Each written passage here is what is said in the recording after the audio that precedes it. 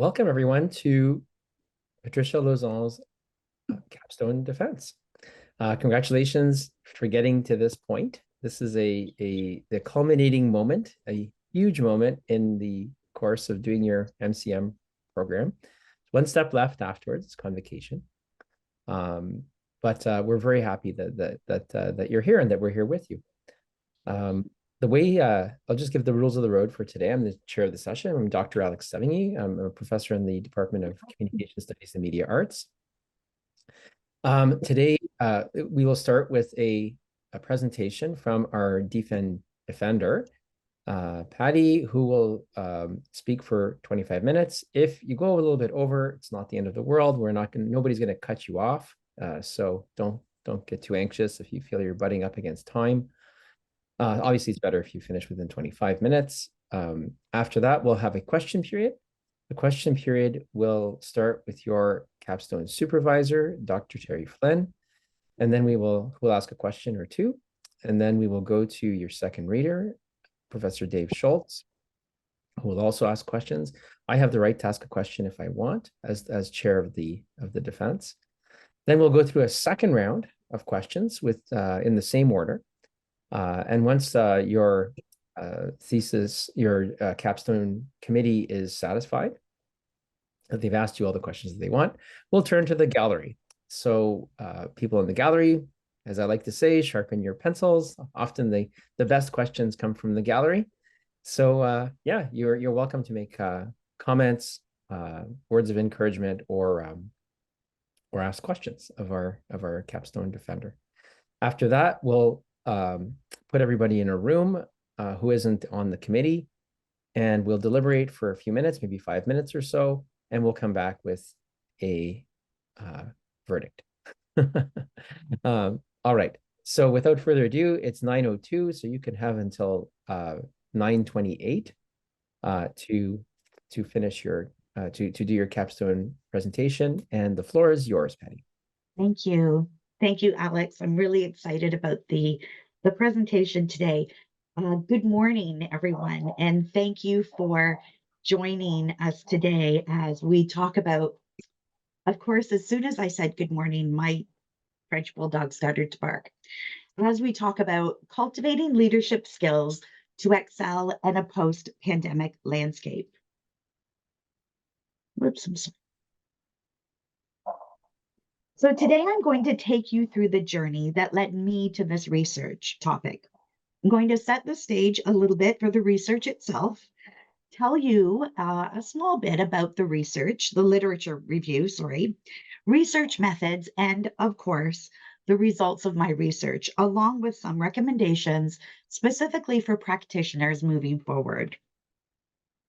My hope today is that you come away from the presentation with some insights on how the pandemic has impacted your workplace or your specific leadership style, and even perhaps one or two positive things that we've learned from COVID. So a little bit about my journey to this topic. I was leading a team of about 12 employees pre-pandemic and throughout COVID. And as we started to come back, and it was the same time that we began to really talk about what our capstone research projects would be. I really was trying to think of what could I study that would directly impact my own learnings as a leader and those of my peers. And I immediately thought about the challenges that I was facing daily managing a team that had just come back from a worldwide pandemic. In addition, I was always getting together with my professional network, and the very first thing we would often talk about was what has happened to our teams? Why are these things so different or more challenging since we've been back from COVID? So that's what led me to this particular topic. So setting a little bit of context before we get into the research itself. The Canadian workplace has undergone radical change over the past 4 years as a result of the COVID-19 pandemic. Major shifts from standard practices such as working in a physical office to things like working from home, hybrid schedules, work-life balance, and virtual meetings, again, just to list a few. In addition, in March 2022, some companies began issuing back to the office mandates for their teams. These were often met with employee backlash, creating a new and somewhat challenging environment for managers and leaders across sectors. So, this is where we were when I began my literature review. So, I reviewed over 60 articles, mostly academic in nature, with insight into the way Canadians in the public sector are now working post pandemic. And again, I did focus on the public sector, on the public sector. And I really did try to focus on articles that were written from March 2022 on, because I was interested in how things had changed and how leaders were dealing with it from that time that we came back. So, again, at that time, businesses began to call employees back to the physical office, introduced flexible schedules that involved working from home options or maintained flexible schedules for all employees. And at this time, we also began to witness some pushback from employees about returning to the office. And also at this time, I was reading lots of online articles, blogs, TED Talks, lots of social media posts about different experts trying to provide what I like to call the magic tools for returning to a pre pandemic work world, although no one had returned. So a lot of that was assuming what it was going to be like and nothing really specifically based in solid research. So the literature review. Overall, the literature highlighted skills required for today's leaders, with an emphasis on communication styles, tools, and best practices. Major themes were very evident to me throughout the review. I'm going to go through them here just quickly. The new flexibility required of managers and demanded by employees. The physical, so the bricks and mortar office versus the home office. The birth of the autonomous worker. When everyone was home working during COVID, a lot of us, myself included, really got used to being more independent. And I think for those who lean toward that way to be productive, it worked really, really well. Others who are maybe easily distracted or perhaps weren't as focused even pre-COVID, I think had those teams had some difficulties. There's definitely a new emphasis for leaders to create a psychologically safe workplace. And again, that's a big one that came from the research, and we'll talk a little bit more about what that means for leaders later. I don't think anyone here would be surprised that this was not on the list. The digital reality. So COVID brought with it the way that we have now really begun to communicate on a wide scale and digitally. This meeting today, presentation today, is an example of that. And building leadership resiliency and capacity. Resiliency is a word that I heard a lot through my interviews. And I think even more important now that we're in 2 years back now from COVID, leaders need to be resilient and they need to have the capacity to do all of the things that are above that number on the list. And then, of course, embracing the new normal. And I'll point out, and I'll talk about this a bit, it's not simply returning to a pre-pandemic state. We really, if we're going to be good leaders, we need to realize that the pre-pandemic state does not exist any longer. So things like isolation, fear, anxiety, the reality of grief and loss, these are all things that people dealt with during the pandemic. And these issues impacted the mental health of both employees and managers. And I put here influencing the great return to the office, but it really wasn't a big, great return to the office as we thought in 2022. So managers are now leading teams that have a new approach to work due to COVID. New communication strategies and tools are imperative to be a successful leader. So my research problem really did focus on how has COVID impacted leadership and how can leaders now best manage teams in a post-pandemic world. Leading again now to my research questions. So question number 1, how and to what extent did the pandemic affect the way public sector employers communicate with employees? How and to what extent have Canadian public sector leaders altered their communication styles and tools because of the pandemic? And what tools and strategies have been adopted? How and to what extent have Canadian public sector leaders revised policies or their practices in the workplace because of the pandemic? And research question 4, what are the barriers to managers learning and adopting the skills required for the next 5 years as the workforce navigates a post-COVID world? What barriers exist to obtaining these skills? So I'll talk a little bit about the methods of my research. So I did a fulsome literature review, as we talked about earlier, online surveys, and face-to-face, as well as some virtual interviews. Survey was specifically for participants managing in a Canadian public relations office before and after COVID. So the point there is I really wanted people who could offer a lens into looking at what it was like prior to the pandemic and then what it has been like for them managing teams after the pandemic.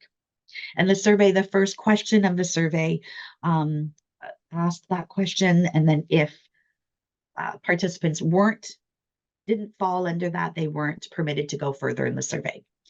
For personal interviews, they were also done with leaders and managers from the public sector. Again, the qualifier was they had to have been managing teams before and after COVID. And of the interviews, participants came from the following sectors: healthcare, post-secondary, social justice, mental health care, social services, the federal government, and arts and culture. So let's get into some of the results. The survey indicated that the majority of participants continue to work in a hybrid model, indicating that public sector offices are still allowing employees some time to work from home, with some demanding little time in the office. Only 6% of the surveys indicated that they are completely back in the office. I think that may have been different if we were researching the private sector. It's just my little aside. The highest rate of participants in the survey indicated that the biggest challenge that they faced as leaders returning from the pandemic was the lack of creativity shared when the team is not physically together. And managers responded that they are frustrated with the lack of collaboration since their team has been back post-pandemic. While, quote, trusting that my team is productive was their second biggest frustration noted. So both the surveys and the interviews revealed the use of technology has increased since the pandemic. Again, something I don't think will be shocking, but important to note nonetheless. With the most noted tools being Microsoft Office Teams, Zoom, text messages, short videos, and a few did mention town hall meetings, either with their CEO, president, senior teams. Leaders expressed some hesitation, but understood the importance of the role of mental health at work. They acknowledge that teams require more guidance and personal support in the workplace.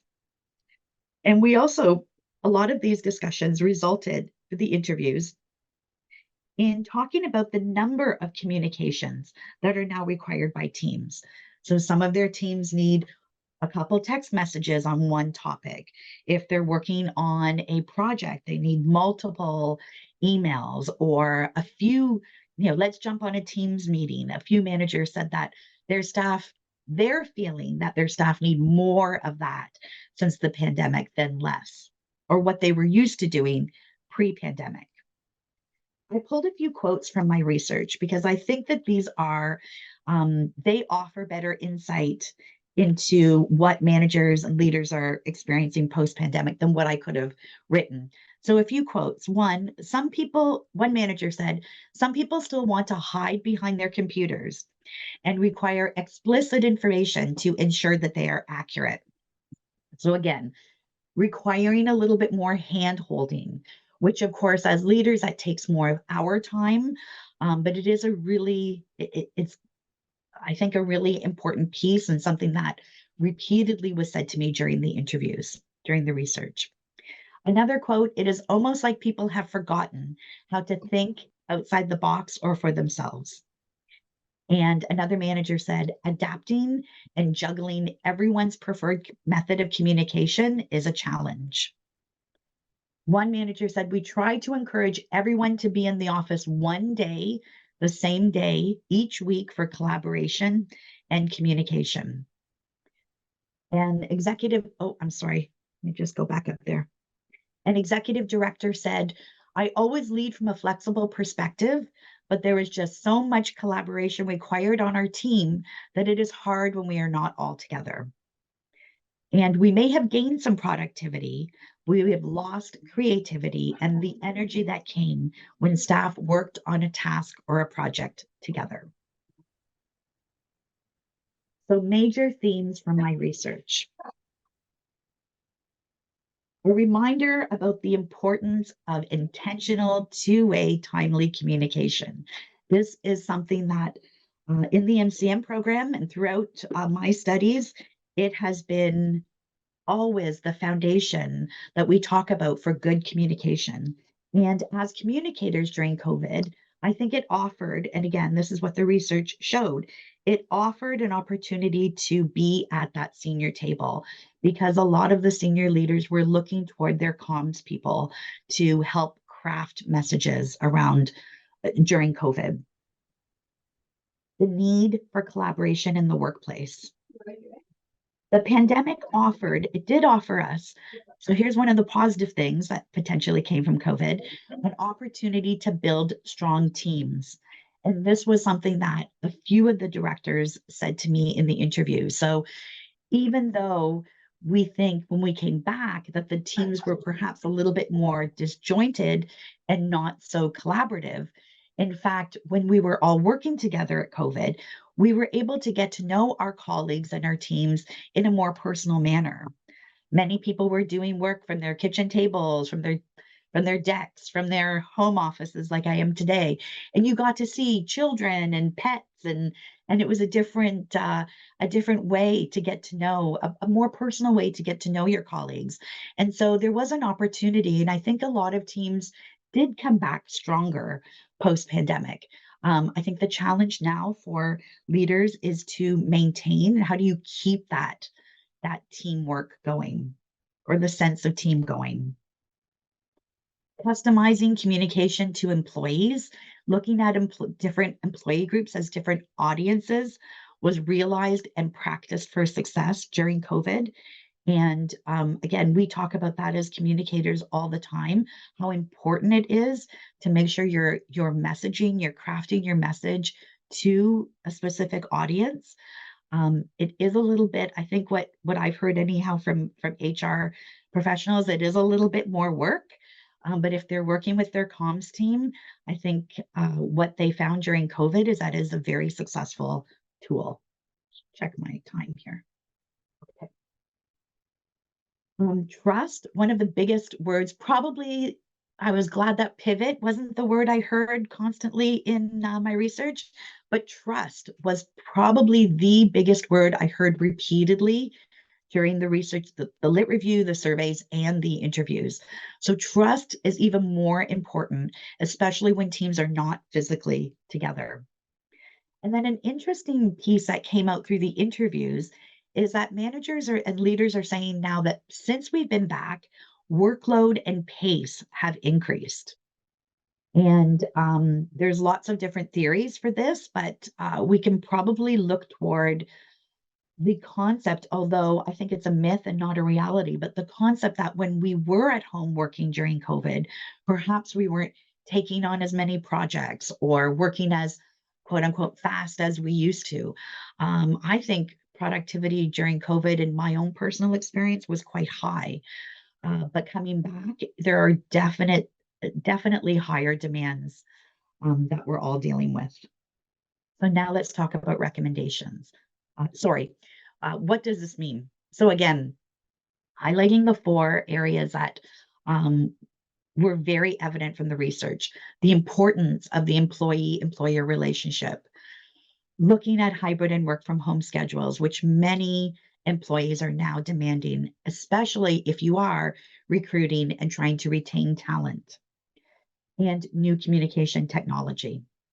And just a short note that I thought was important to put here. I did notice when I started reading and making sure that I was only reading research or focusing my research on the public sector. I did read some research on the private sector. And again, I think it would have been very different. The research results would have been very different had I focused in that area. And one quote that I thought was interesting, I came across a CBC News article that said that private sector employers have been more adamant about employees coming back to the office.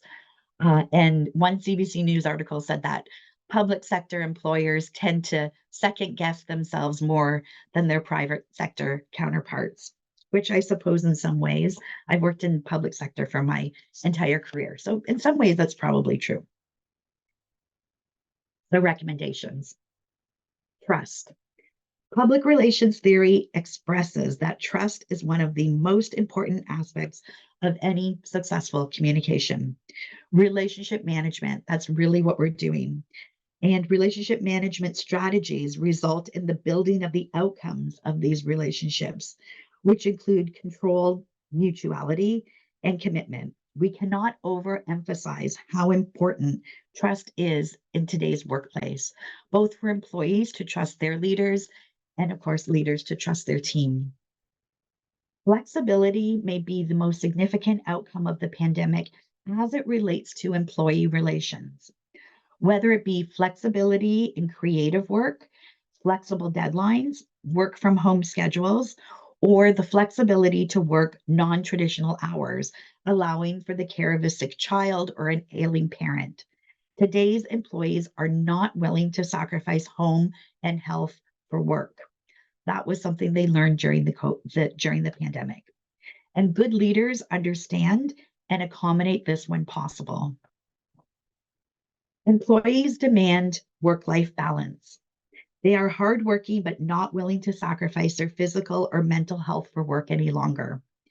Email restrictions around timing, not messaging during vacations, encouraging healthy habits at work, such as walking when possible or on-site yoga classes. These are all important attraction and retention tools that perhaps 5 to 10 years ago were viewed as being or frivolous, but now are becoming a staple in what our employees are demanding, especially when we're recruiting a younger generation. The importance of various communication tools, whether it is through Teams, Zoom, or simply a text message to an employee on a project update.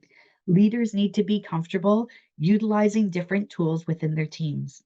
They need to learn how their employees wish to be communicated and ensure that they are using at least two of these methods. Some want more communication rather than less and in different formats. And we as leaders need to find out what that is. And then the big one, making the office relevant. How do we make the physical office relevant? And do we even need to do so? This will be dictated mostly by the industry in which you work. However, there are some tips to making going to the office more appealing. It's really important that we ensure there are collaborative, meaningful opportunities for our teams to meet on the days when staff are in the office. We can do, of course, some team building, which we know teams just love to do, or do things like having a lunch or a coffee break. Make the office a place where your team feel like they have gained something by coming in. They've been able to move that project forward or meet with people that they normally can't get a hold of on Zoom. So that is another recommendation. So I put together this sort of overview of what today's leader must be as a result of the research, of course. So today's leader must be able to be flexible, not necessarily regarding deadline and productivity, but more around what we have referred to as softer skills pre-pandemic: scheduling, email, how we communicate, non-traditional work hours. Today's leader must be able to communicate using different tools. Today's leader must be able to understand the need for work-life balance and respect that need. Today's leader must be able to create, or at least understand what it takes to create, a psychologically safe workplace. This sets the tone for your team and encourages transparency. And when not skilled in these areas, today's leaders must ask for training or upskilling from their own leaders or take initiative to become knowledgeable about these things on their own. Being unable to adapt and demonstrate these skills will only result in frustration for the leader and for the team. A few points about limitations of my research. So the number of survey participants, I really was hoping to get 75, and I had just over 50, I think I had 51 or 52. And I think that things that could have changed that was maybe some more paid advertising to get the word out. But I wish I would have had more survey participants. And then the other limitation, being a manager in a public sector office, both pre and post pandemic, there was certainly a potential for bias from the researchers' end. Next steps and relevance. So this research absolutely has an HR slant. I would like to look at publishing pieces of it in an HR journal. I've looked at the Canadian HR Reporter or with the Human Resources Professional Association, but I'm also very interested to keep an eye on this topic over the next 1 to 5 years, because I'm interested to see what the actual impact will be and if the research is really showing how we're going to be for the next few years. And I believe we're going to continue to see demands of the workforce increase while resources for managers decrease. So in conclusion, the pandemic accelerated many discussions in communications and employer-employee relations. Leaders post-pandemic should focus on the important relationship they have with their teams. Creating a psychologically safe workplace is now a demand. Employees now require work to be a safe space, and they expect their leaders to support their mental health. This is a big responsibility, but will ultimately lead to better workspaces for all of us. And just a quick few points of acknowledgement. I want to thank everyone who has supported me through this journey. Specifically, thank you to my supervisor, Dr. Terry Flynn, for his guidance during this process and through the entire MCM program. Thank you to my second reader, Professor Dave Schultz, for his time and consideration and for sharing his research expertise with us, and always your kindness, Dave. Special thank you to Dr. Alex Sevigny for sharing his expertise throughout the program, specifically in the data course.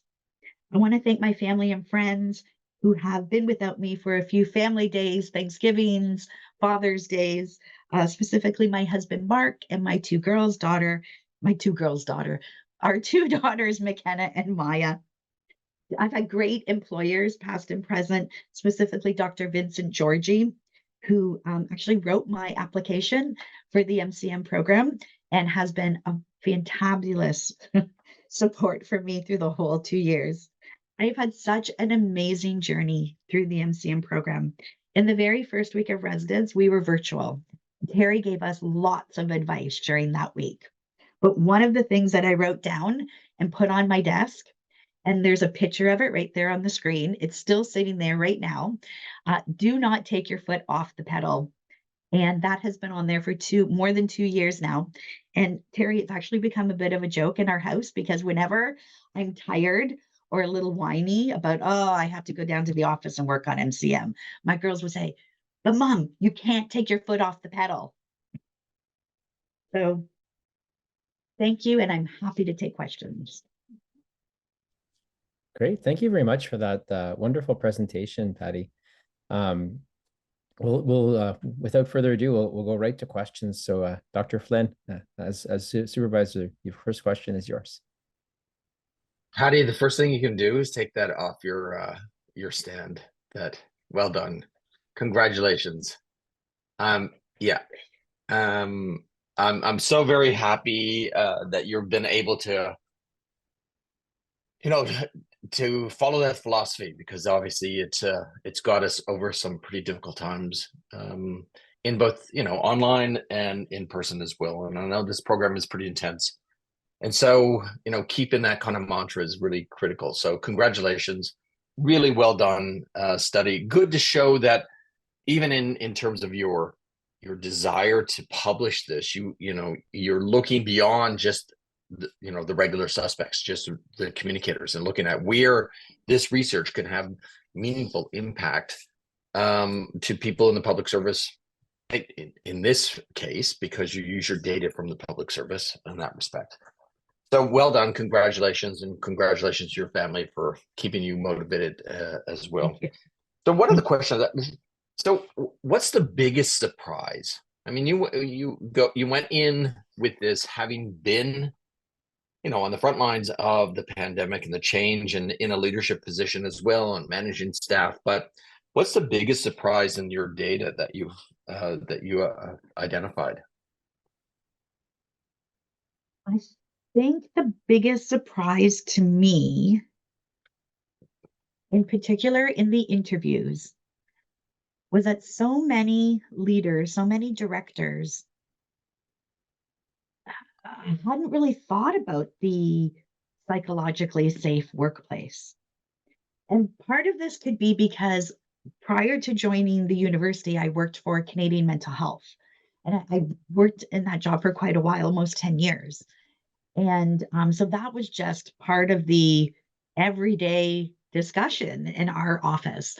But had I not had that experience, I would be in the same position as the directors that I interviewed. So they were just shocked that a few of them, not all of them, to be fair, but I would say 50% of them were shocked that now that, because it's a pretty awesome responsibility, right? That now was going to fall on them. And although, we talked back and forth about like how much and to what, it varies depending on where you work and the size of your team and the resources you have in HR, but that was part of their portfolio now, per se, to make sure that people are getting along, there are good breaks, there's water available for everyone. We acknowledge and have a debrief when something traumatic happens. I mean, when you think about, going to university or college or coming up as a leader, that's not something that I was ever educated on. If it wasn't for my on-the-job training, and I'm not great at it either. Like I hobble along and try to read as much as I can, and it often throws me for a curve too. But I think that was the biggest surprise to me, that so many directors are like, wow, now we have to make sure everybody like feels good in the space. Like, so, Interesting. yeah. It's interesting within the last week or so, we've had a number of capstones, but if you think of Nicole Longstaff's, Erica's, yourself, really focused on the workplace, leadership, and internal communications and engagement as well. One of the themes that kind of seems relevant to me is that there's this concern about a lack of spontaneity, or this notion of creativity that you found, that because they're not in office, they aren't as creative. But yet, when you look at the private sector, especially the high tech world, which has mostly been remote for a longer period of time, and fewer barriers. I know somebody that just took a job with a Silicon Valley company in a sales position, and personal days off, unlimited. unlimited personal days off, but you have to be accountable. You have to get your stuff done. You have to be able to drive that way. So that sense of trust when people are remote, that we don't think that they're doing their job. So how do we change that narrative? I think I think it'll take time. So if you think about the amount of time that we have actually been back in the office, we're just coming to 2 years now, right? We're just past the 2 year mark. Um, I think that the trust will only come with time, but I also feel that there are lots of employees, so lots of team members who feel a little guilty when they do that too. So they need to hear from their leaders, you know what, you have that project done. If you need to log off or if you need to head out at 3, I'm good with that. That is not the um anyhow, the office environment that I came up in was a real 8:30 to 4:30. And because I worked in comms and fundraising, it was always weekends and nights, but there was always that 8:30 to 4:30 or 9 to 5 feeling. So I think it's both. I don't know if I'm answering this properly, but the trust That's is good. both ways. And I think it'll only come with time, and then modeling that as leaders. We need to show our teams that we trust them and that we're going to take care of our own mental health as well. Like it's not going to do them any good if they're taking care of their work-life balance and then they come in and see us spinning out of control as managers. That's not good either. Great, thanks. Dave, over to you. All right, thank you, Patti. This is a really interesting read. Very well done, and very timely. I've had 3 meetings this week internally in our private organization about back to work or back to the office discussions. So, and I actually took a couple of your quotes and shared it with the rest of my team. So, Good. very timely. So, but you talk to leaders. And then with your survey, I'm going to guess you got a fair number of communicators given Yes. your network. Yeah. And you're looking at publishing in HR journals. Was there some discussion at some point as who owns this discourse? Is it HR? Is it Mm, communications? Or how is it shared? Was that touched on by anyone that you're going through? Because it's interesting that you're looking at sharing it in good HR. question. Right. Yes. That's a good question. I think I can think of 2 of the interviews in particular where we did have that like breakout discussion where we talked about, how has HR been? And I'm always, much like Erica, always thinking about the internal comms piece. So how has HR engaged you as a communicator, as a leader communicator, um, in this whole discussion coming back to work? Um, and it wasn't a great response. Yeah. So I don't know if I feel like HR kind of needs it more. And that led me down that path. Um, because you're right, it did start out as being really communicator, practitioner focused, and then grew into more of the HR piece, which I think came because so many different ways we were altered during COVID. Yeah, definitely. So Thank you. some discussion did come through the interviews, but I don't think it landed anywhere in particular in terms of ownership of the of, Okay. of the I also media. found your piece about trust very interesting. And do you have examples of how employers can show trust in a different way? Because, and I know you touched on a few in the paper, but and I'm going to ask you to do some private consulting for me right now on this call. We're instituting a new ERP system, management system, and billable hours is becoming very important to us. Mhm. And now people are telling us they're working from home and billable hours are making the job not fun because now they're being asked to account for their time. So we're stuck, you're stuck in this middle place. Yeah. How was, based on your research, how could you answer that trust issue? I think the best thing, and we did, I'm remembering a few interviews in Yeah, particular where we talked about going back. There was a real need to go back to revisit the focus, vision, mission of what we're there to do.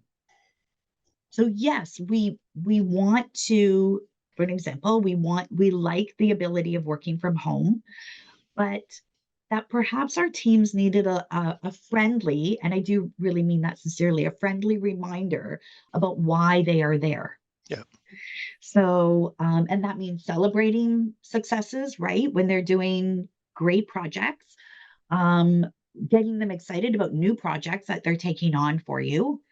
And then within that conversation, it can also be, and I think that this will probably take, 40 billable hours. What's your feeling about that? And then you can go back and have that conversation because that was the one of the biggest things of the research, being able to have that communication. Whereas your employee knows that you're ultimately going to be the one with the final decision, but allowing them that input, like if they're able to say to you, well, you know what, Dave, I just don't think that it's feasible that I'm going to get 40 hours from that yeah, project. I'm going to be that able makes to, sense. that would be my gut from what people told me. Okay. And if I can, one more thing, not a question, but a comment. Your recommendations. If you feel up to it, I would highly recommend you sketch that out into a one pager or a document, put Uh-huh. that out on LinkedIn. Uh-huh. I think because you talked about public sector, and I get that it's only public sector, but the private sector, where I'm looking at mostly, Yep. is struggling with what to do and when to do. And I think a guidebook or a roadmap on returning to the office would be a Ah, really interesting tool for people to have out there. So thank you for thank this, you. Thank you, Dave. That's a great idea. Alex. I have to say, I really enjoyed reading your paper and also listening to today's presentation. Thank you. Honestly, I think one of the biggest awakenings to the power of internal communications was the lockdowns, and I think it highlighted the importance of effective internal comms to unlock people's creativity, keep them motivated, keep them happy, etc. And I think you've really captured that here. Um, if if you were to say your biggest insight on why your research proves that communications is a strategic management function, what would you say? What's your punchline? I would say that you cannot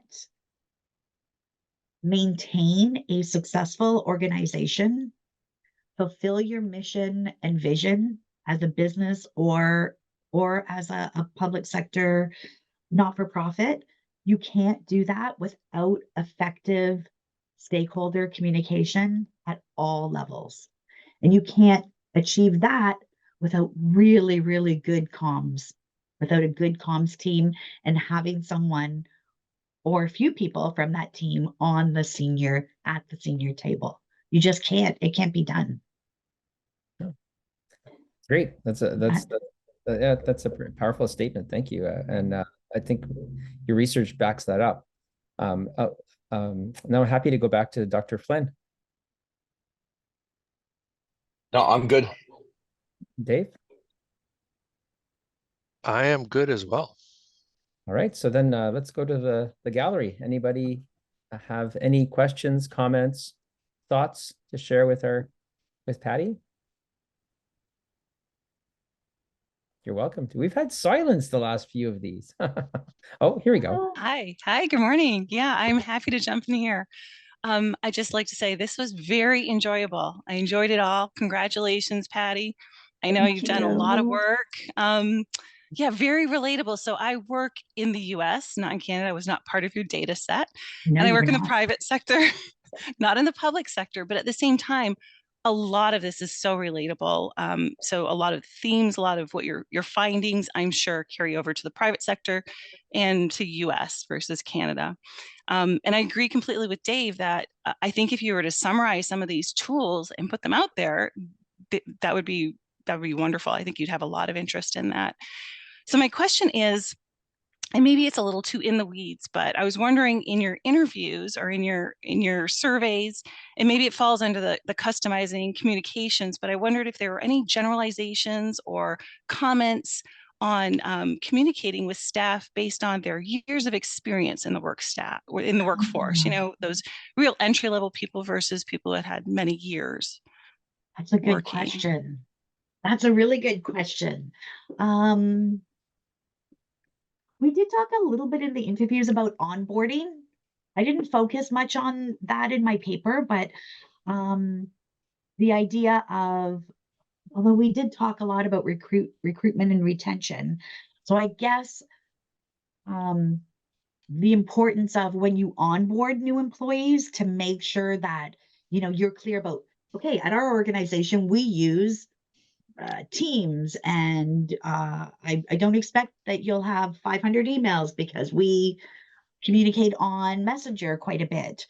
And when you hear from our CEO leader for a cross-country, cross-company message, you'll probably hear that in a town meeting, a virtual town meeting. But no, we didn't talk about different levels of employees based on seniority, but that's a really interesting point because thinking about my experience at the position I just came from, there were definitely different ways of communicating because we had a very strong unionized environment. In different labor unions. Right, so I right. would always I would try to communicate as consistently as I could, but sometimes I knew that QP, that was a different way of receiving a message than Unifor did. But Mima, I know that you don't have unions in your shop.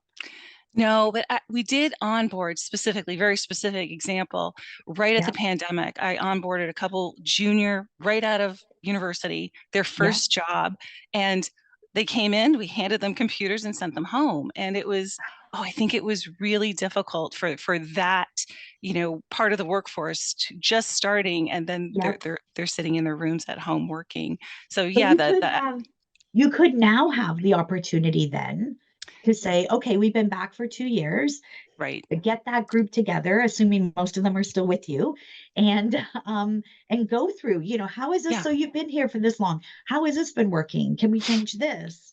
Right, right. Generally Good. speaking, those are that sector of those are the ones that are in the office every day. They Yeah. crave and maybe have more of a need of that Yes, I think you're one-on-one right. personal communication. So Yeah, just that may curious. be generational too, although I Yeah, didn't focus on that. But right. Okay. awesome, great Thank you. question. Thank Great you. job. Thank you. Thank, Congratulations. thank you. Okay, we have quite time for one more question before we have to go into our committee deliberation. Anyone else? Question, comment? Going. Oh. All right. Okay. In that case, this was Mark's only time to ask her any questions, and Mark is her husband. So, Mark, you've blown that opportunity. Sorry. You have to remain silent forever.